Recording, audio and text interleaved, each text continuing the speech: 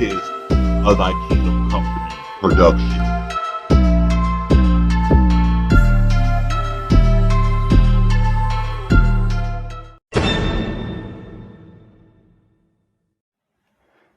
Okay, it is, I thought it was Sunday, honestly, guys. Good thing I didn't say that it was Thursday, Friday, or Saturday. I've just been sticking with kind of the digital portion of the dates, the numeric, rather. And I'm still waking up. So, yeah, it is October 30th, and I think I'll refrain future-wise from saying Monday, Tuesday, Wednesday, Thursday, or anything like that, because I thought I almost stumbled up and was off. Like I was like, oh man, I've been off on those whole last couple podcasts that we've been doing, which will catch us up today, which is the first book of Chronicles, chapter 14. If you guys want to please open up your books, I'm gonna pull mine up. No light right now, and I don't want to be waking everybody around. Other people as well too, right?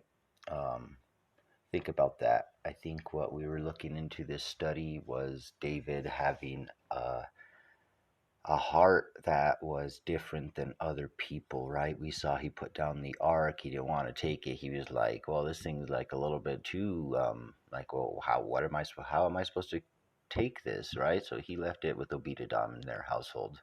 Obededom was just like, hey, I'll hold this, right? And did good by it for like 3 months. And I guess his home was blessed. I'm kind of curious about how his home was blessed. It'd be amazing to sit there and see like a little spin-off story about how Obededom and his household, and Gittite, or the Gittite had actually turned around and handled this, and what he witnessed. Because I don't know, did he get all? There's some stuff I got to learn myself too. This is actually the first time I'm running through the biblical text with you guys. We did do Samuel, first book, second book. Like I said, we kind of ran through Kings 1 and 2, and then here we are with Chronicles with the full study. But we didn't skip Kings. Like I did say yesterday, we were going to come back and give you guys something special with Kings. So that way in the future, this whole thing is like a tie-up, right? I do want to have segments. I want to have not documentaries on me, but just like box sets of just the work we've done for a library and a congregation in the future, just so people could play back. That's why I want to keep it clean and keep it honest, keep it pertaining to times now and then. Now, Hiram, or Hiram, whatever you prefer, I'm going to go with Hiram, king of Tyre, sent messengers to David in the first book of Chronicles, chapter 14, verse 1. And timber of cedars, with masons and carpenters, to build him an house. And David perceived that the Lord had confirmed him king over Israel, for his kingdom was lifted up on high because of his people Israel.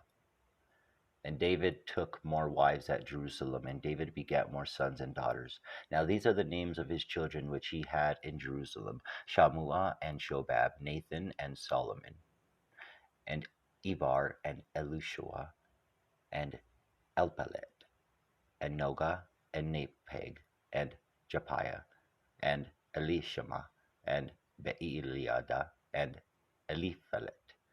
And when the Philistines heard that David was anointed king over all Israel, all the Philistines went up to seek David. And David heard of it, and went out against them. And the Philistines came and spread themselves in the valley of Rephaim. And David inquired of God, saying, Shall I go up against the Philistines? And wilt thou deliver them into mine hand? And the Lord said unto him, Go up, for I will deliver them into thine hand. So they came up to Baalperazim, and David smote them there. Then David said, God hath broken in upon mine enemies by mine hand like the breaking forth of waters. Therefore they called the name of that place Baalperazim. And when they had left their gods there, David gave a commandment, and they were burned with fire. And the Philistines yet again spread themselves abroad in the valley.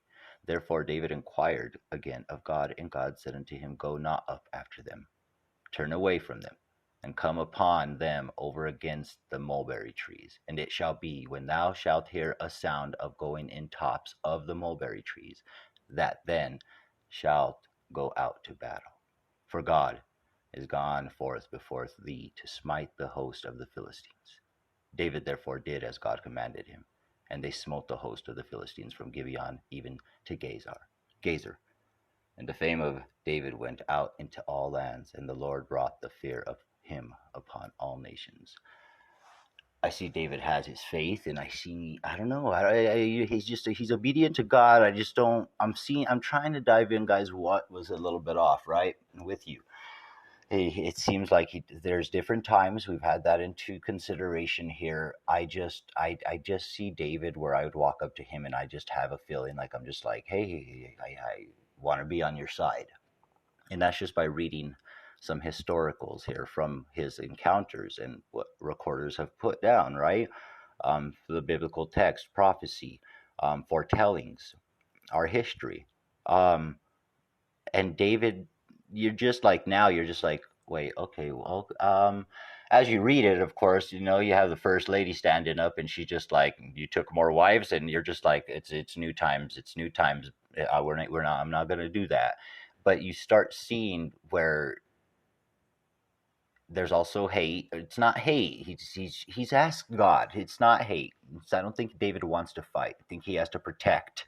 And like I said, I think that's when we ended up going and we come and we see that we don't have to fight no more, guys, okay? We have peace. But we see in David's heart, he's obedient to God. And I think that's why God may have chose David. David had this heart that said, I will do whatever you want me to do.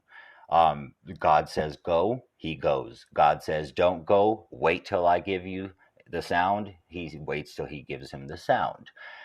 And I think that's significant for today for us to take in and sit there and just say, listen to when God gives you the thumbs up. All right. So that way you guys make the correct moves. Let's definitely fall into prayer before I let you guys go off with your days. Our Father, which art in heaven, hallowed be thy name. Thy kingdom come, thy will be done on earth as it is in heaven. Give us this day our daily bread, and forgive us our debts as we forgive our debtors, and lead us not into temptations, but deliver us from the evil one. For thine is the power and the glory forever. Amen.